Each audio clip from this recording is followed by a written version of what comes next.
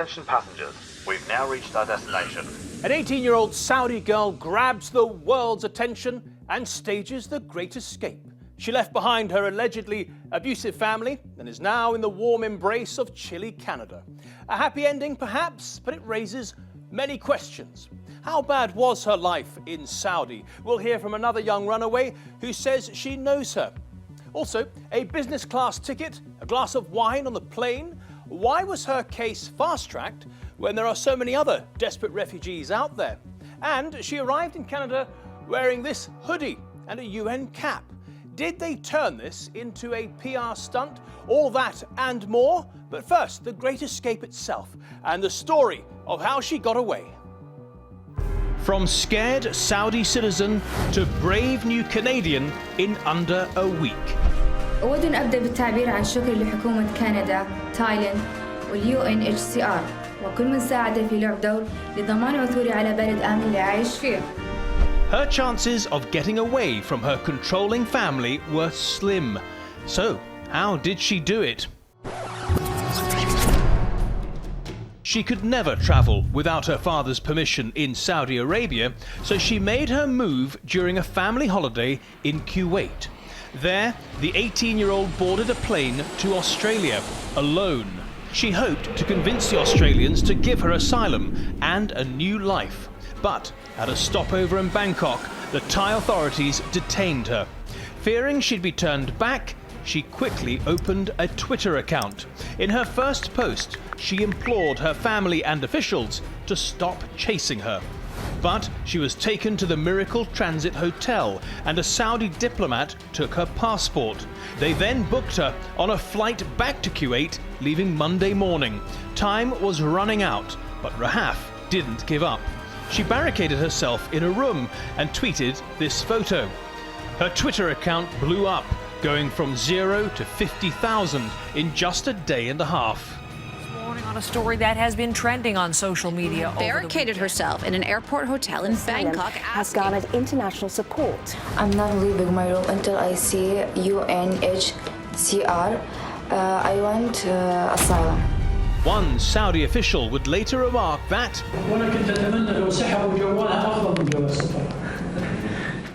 later on Monday, the UN Refugee Agency did answer her call and she was taken to a secure location. With the world spotlight on her now, the Thais changed their tune. And the chief of immigration police called Thailand a land of smiles and would not send anyone to die. For 3 days, the UN tried to work out where to send her. Australia insisted it needed time to assess the case. There is no special treatment in this case. With no offers of asylum, Rahaf was in limbo. But then, a breakthrough. Canada agreed to take her. We have accepted the UN's request that we grant her asylum. No doubt, Rahaf was lucky. Fewer than 1% of refugees worldwide are granted settlement in a third country, and even fewer get to fly business class. Okay, let's bring in our panel for you now. We have Adam Kugel from the Human Rights Watch group. He's there in Jordan. They were amongst the first to break the news of Rahaf's situation. Besma Momani is a professor of international relations at the University of Waterloo in Canada. And in Riyadh, we're joined by Reem Dafar from the Saudi American Public Relations Affairs Committee. Reem, we'd like to start with you. Do you accept that Rahaf's life was in danger and that she had to get away, both from her family and from Saudi Arabia? I would believe that she would be in danger from her family because we have multiple abuse cases in Saudi Arabia, just like any other country. But I highly doubt she was in danger from the government. The government would be the number one entity to protect her within the kingdom. The problem is, Reem, is that Rahaf had renounced Islam. She'd walked away from the faith. And according to the law in Saudi Arabia, that is punishable by being executed, sentenced to death. Yes, but you're talking here about an 18-year-old girl who doesn't really know a lot about her faith, her Islam, and I truly do not believe that any judicial system would take her seriously. They would put her back with her family and consult with her. That's why we have a lot of family consulting entities within the kingdom. Reem, she may not know her faith as well as she should, according to you, but she knows the law. And the law is, if you are an apostate, there's a possibility of being executed. Would you really advise her to have taken the risk? I would have advised her to talk to her family, to talk to other people with other faiths, to talk to one of her sheikhs here in Saudi Arabia, to explore other religions within Saudi Arabia. We want her to The problem educate. is, Reem, I mean, at least the picture she was portraying, she had very limited options. She says that she was receiving death threats from her family, that she was beaten by her mother and her brother, and that she was locked in a room for 6 months just for cutting her hair. I mean, it's an intolerable situation for her. That is an intolerable situation, and I feel for her. But that's why we have the Ministry of Labor and Social Development. They've carried out multiple programs to counter abuse, to have a hotline, to have anonymous and confidential callers, people calling 24 hours. They can call a hotline. It's called 1919 any time of the day, and they would find a lot of help. Especially that these programs are being led by women who want to help other women. So she would have found a lot of people to help her within Saudi Arabia. Let's put some of these points to Adam Kugel from Human Rights Watch now. Adam, it seems, according to Reem, there are a number of options that Rahaf had, and it didn't have to go this way. Well, certainly Saudi Arabia, the Ministry of Labor and Social Development does have an array of options, and they have expanded, at least rhetorically, their options in cases of domestic violence in recent years. However, one of the problems that we have consistently seen in the cases we've documented is that in cases where women want to flee abuse or want to complain about abuse, the authorities certainly will take the case, but they tend to prefer reconciliation, and sometimes they just accept merely a pledge on the part of a male guardian who could actually be the woman's abuser, and then receive her back into the home. And sometimes women feel like, that they don't have real options, and so they make these very, very dangerous attempts to flee the country. Your organization, Human Rights Watch, was one of the first to pick up on her situation. How did you get into this so early? Like every other human rights organization, we heavily monitor Twitter, and we monitor activists, Saudi activists, international activists. In this case, some of the international women's activists began tweeting about this. We saw it very quickly. Our team in Thailand mobilized to make contacts, get in touch with Rahaf, and then ultimately attempted to fix her situation by talking with UNHCR to make sure that her asylum claim would be heard prior to any forced deportation. How did she convince the United Nations and yourselves that she had a genuine case? That's UNHCR's job. UNHCR takes her claims, and then they assess whether or not her claims are credible. And then ultimately the receiving country does the same thing. So in this case, our point, and the point we always make in these cases, is that the woman or any refugee, frankly, or any asylum seeker fleeing should have the opportunity to make their claims, to state their case, and have what's called a refugee status determination. Okay, and what kinds of proofs would she have to put forward? She merely has to show that there is a very high likelihood that if returned, she would face persecution or other serious human rights abuses such as torture or perhaps bodily harm. Adam, we see pictures every single day of migrants drowning in the Mediterranean and of walking across Europe and having a terrible time of it. Do you think it was right to fast-track her case in this way? Well, I think that you should evaluate every case based on its own merits. And in this case, I think just based on the media attention she had generated, it may have been unsafe to return her, and probably, it shouldn't have been even considered. What you're getting at is lack of fairness between her case and many other cases and many other people who have valid asylum claims. And in that case, you're absolutely right. In fact, there's a Bahraini footballer in jail in Thailand right now who is at risk of deportation back to Bahrain, where he would face serious human rights abuses. So, the lack of double standards because of massive media attention, that's something that is true. Well, there's no shortage of people out there on Twitter who think Rahaf's making things up. Here's a quick sample. I still can't get over the fact that she listed a number of countries where she would like to live, as if this is no emergency or dire situation. People who seek asylum due to real problems and abuse do not care what country should take them. They just want to escape the abuse. It isn't cruel to question what sort of precedent we have just set. Yes, many nations are nastier than ours, but we cannot grant asylum to every teenager who wants more independence from their parents. It's an insane and unsustainable track we find ourselves on here in Canada. This is not fair. Thousands of women whose cases are by far worse, some with rape cases, are waiting for years in refugee camps for similar attention. In contrast, Rahaf lived a better life, never tasted the bitterness of living without a home, was called a refugee, hence resettled. Canada is using Saudi girls for political purposes, not for humanity, as they say. Well, let's go to Canada now. We have Besma there. Besma, interesting, the difference of approach between Australia and Canada. Australia was considering the case, needed more time. Canada jumped at the chance when the UN offered. It did. You know, I think it took an opportunity. Look, this is a political win for the Trudeau government, for Canada. It doesn't really cost much in terms of our bilateral relationship because, frankly, we're at a rock bottom between Saudi and Canada. And so, frankly, the Trudeau government thought it would be a good win politically. It has faced some troubles internally, domestically, in terms of continuing to sell arms to Saudi Arabia at a time when there's a lot of critique about Saudi foreign policy, particularly in Yemen. And so it allows it to, frankly, act like it's a progressive government. It felt very useful for the Trudeau government to really ham it up in front of everybody, both the international media and domestic media. You say ham it up. I mean, look at the Canadian foreign minister. She's at the airport to greet her. She has her arm around her. Somehow, someone's ensured she's wearing a Canada hoodie and a UN cap. A very blunt question. Are they exploiting her?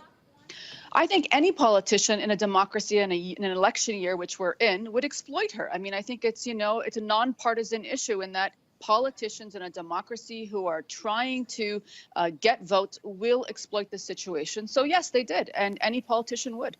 From some people's perspectives, especially Muslims that I've been talking to, they say that it's one thing to seek personal freedom for Rahaf, but it is another thing to reinforce the idea that the West is superior to Islamic societies and that she's now entered into a political arena. What do you make of that? I don't think that, Canada tried to demonstrate itself as superior. This is a young girl who was in a precarious situation, stranded in an international airport, family literally down the hall wanting her back. Similar fate of young women who have been returned to Saudi Arabia have not been seen or heard from. And so there was fear for her life, and for, I think, many people rallying around her was, did make her a cause célèbre. Some people are smelling a bit of hypocrisy here. Canada is presenting itself as a welcoming and compassionate society, and at the same time selling attack vehicles to Saudi Arabia, which used them in 2017 to put down a Shia uprising in the east of the country. Is that a correct assessment?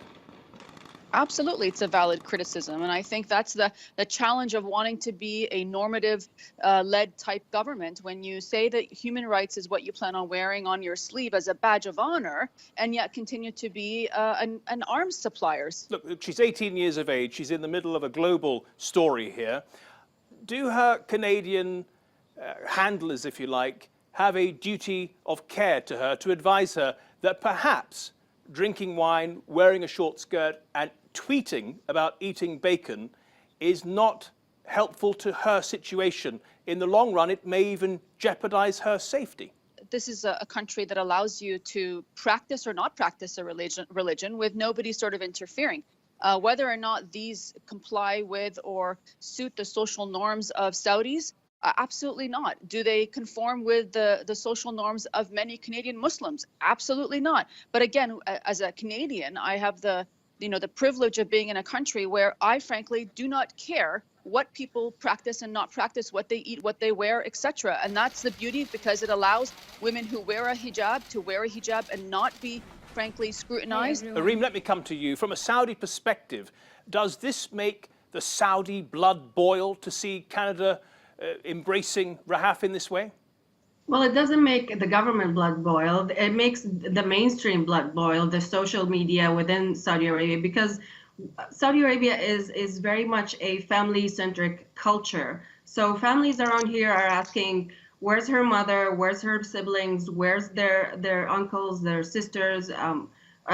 We have a very intricate society, and everyone has the moral responsibility that if they see abuse, if they see anyone threatening anyone else, even if that's a father, they report it to the Ministry of Labor and Social Development. They report it to social services. There's multiple ways to address this. So this is not in the interest of Rahaf along the line, politicizing it. It's going to have dire consequences on her psyche, on her social well-being, and we don't know, to be honest, what's going to become of her. Reem, you talk about society. We have one Egyptian human rights campaigner who says that Rahaf's journey marks the beginning of a revolution for young women and possibly even men in Saudi Arabia.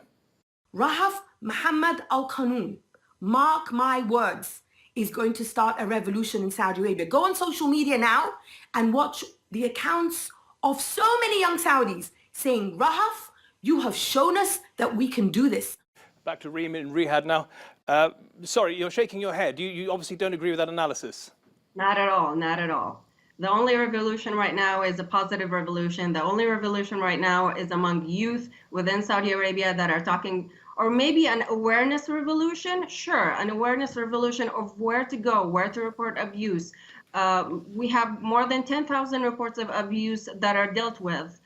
We have multiple lines that people answer. This is a family level problem. It is not a policy level or politics level problem like how Canada has made it.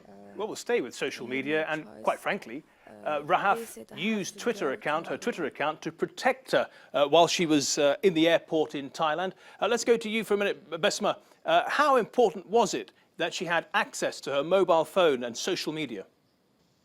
It was crucial. I mean, she really did start an international campaign. You know, it had a common hashtag, Save Rahaf, and I think that all really did help her message. Certainly, I think there were many allies outside of the country, both in sort of a feminist movement, a human rights movement, Saudis who are in the diaspora who were sympathetic. All of them, frankly, did help elevate her cause, and it garnered international attention, and that was vital. What do you think would have happened if she didn't have her mobile phone and access to Twitter? I think she would have been dragged out of that hotel airport and frankly put on a plane back to Saudi Arabia. And just look at her Twitter account now, approaching 200,000 followers, having opened it barely 2 weeks ago. And there's a homepage message: never let anyone break your wings. Fight for your rights. While some doubt Rahaf's story, they can't dispute that women do face a great deal of restrictions, even now, in Saudi Arabia, in particular because of the so-called Guardianship Laws, which put men in charge of women. For a while, Mohammed bin Salman enjoyed the title of reformer, expanding women's rights in Saudi Arabia. But even back then, he never abolished the strict guardianship laws. And so, even though there's been some progress, women still can't do a great deal in the kingdom without their male guardian's approval.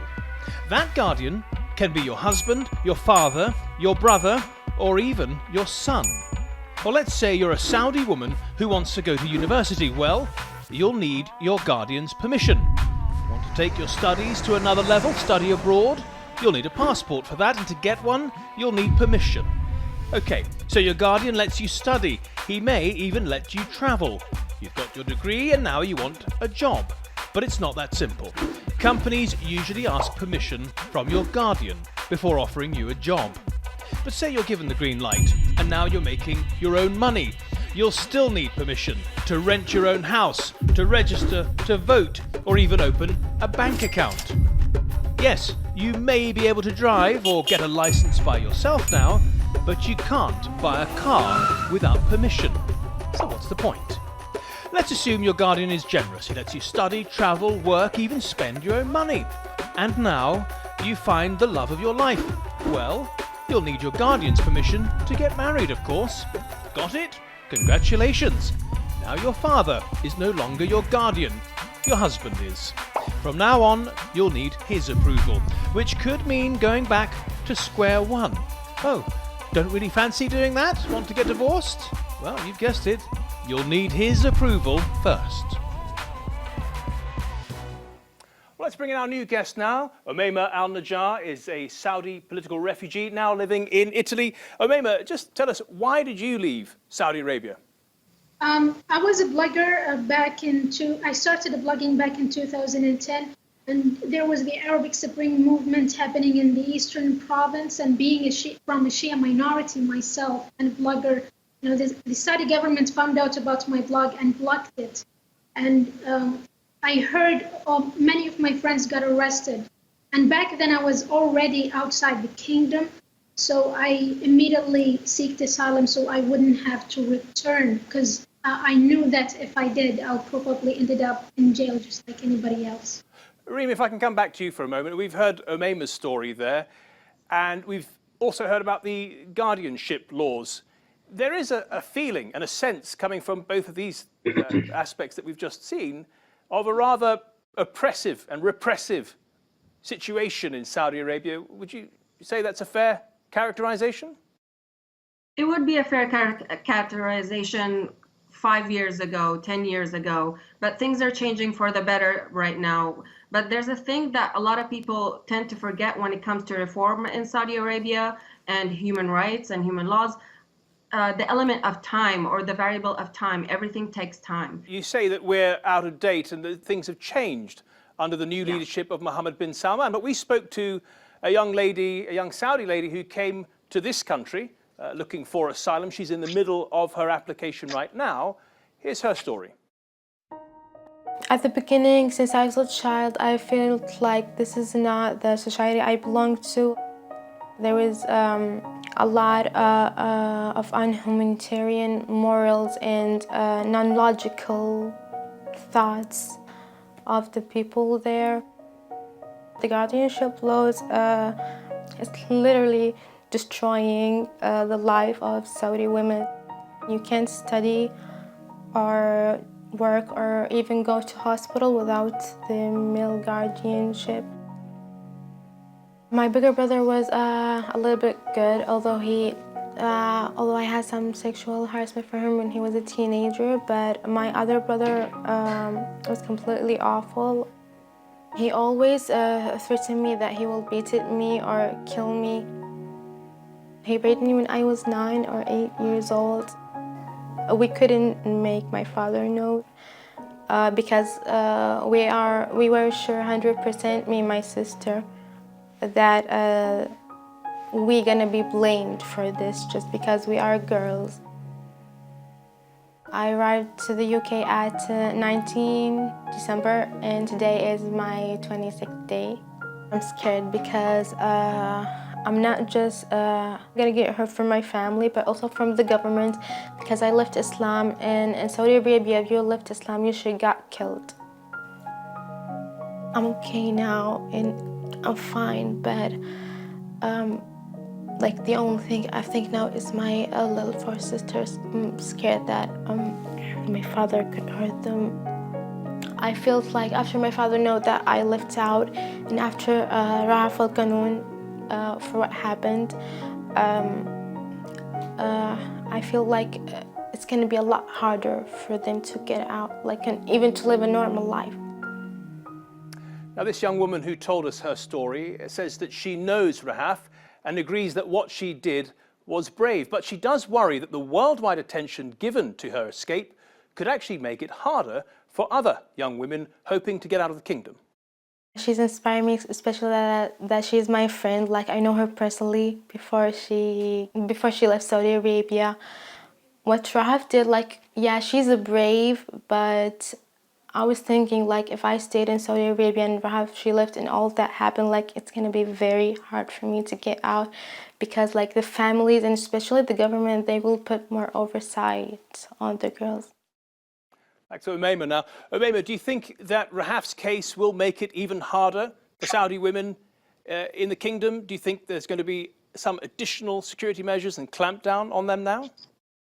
Yes, absolutely. I believe that, especially, women traveling alone, it might be quite difficult now to obtain a visa, for example, because the world is now more aware of this phenomena. Women run away from Saudi Arabia seeking asylum. It's been happening for quite a while, but it's been happening secretly. This is the first time that somebody comes out in public, and now the world is aware of this. So I think from the good side of it, maybe there will be reforms in Saudi Arabia. You've mentioned that your country has moved into a new era thanks to Mohammed bin Salman. The young lady we had in that report, whose identity we couldn't share, she said that the Crown Prince is only interested in public perception, that the reforms are not genuine. For example, the driving reforms, she's barely seen anyone driving, and it is all cosmetic. You get the final word. Any kind of reform in Saudi Arabia is led by society as a driver.